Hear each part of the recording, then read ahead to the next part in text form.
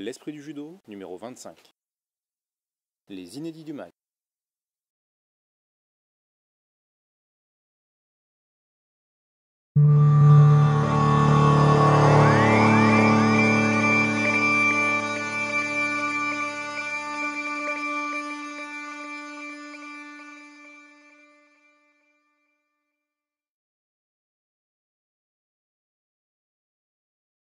En fait, ça fait longtemps que je voulais avoir une équipe de haut niveau dans le club et l'arrivée, ça m'a beaucoup aidé récemment.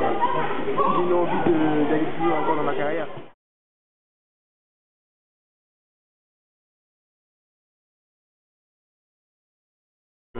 À Orléans, ça faisait 8 ans que j'y étais. À un moment donné, on a fait le tour et sachant que je voulais me relancer par rapport aux 4 dernières années qui restaient pour les Jeux, donc j'ai voulu tout changer. L'année dernière, j'étais au fond du trou, j'étais descendue en 63 kg, j'ai essayé le tout cross, ça n'a pas marché. Et ensuite, j'ai décidé de remonter en 70 parce que c'était vraiment ma caté. Et donc j'ai décidé par envie, je me suis même posé la question d'arrêter le judo.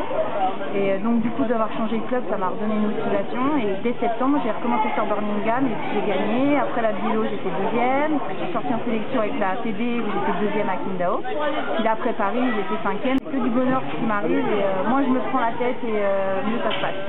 Moi ça a été assez particulier puisque on va dire que mon contrat s'est arrêté plus ou moins clôturé avec l'US Orléans. Je cherchais un club plus ambitieux, plus familial, plus tranquille, juste pour faire plaisir au départ. Et donc voilà. Après il y avait Audrey, il y avait Aurore, ça s'est bien passé avec Jean-Jacques, Omar la même chose. Donc voilà, c'est vraiment l'esprit du premier club que j'avais quand j'étais à Grenoble, c'est ce que je recherchais. Moi, ça fait des années que je les connais, les filles, donc bon,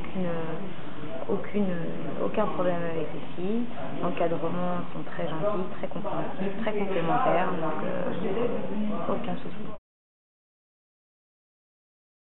L'échange est important, je pense, dans ce petit club en plus, et c'est important de voir les enfants et puis aussi les athlètes de haut niveau, il y a un échange qui se passe et je trouve ça sympa, ça reste familial.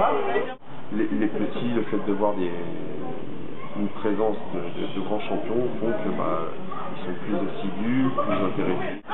Il faut les motiver, il faut leur montrer qu'ils peuvent réussir, il faut leur montrer qu'ils peuvent s'entraîner, parce que quand on s'entraîne pour réussir, ça vient pas tout seul, donc ouais, c'est important. Déjà, moi, j'ai un petit truc au niveau, j'ai pas trop confiance en moi. Et il m'a apporté ma confiance. Mon compétition m'a apporté beaucoup de lui donner confiance avant le combat. Même si c'est pas si bien géré, c'est ma saison, avant le combat, il était là, pendant le combat, il était là. Il m'a apporté beaucoup à motiver. C'est surtout la motivation.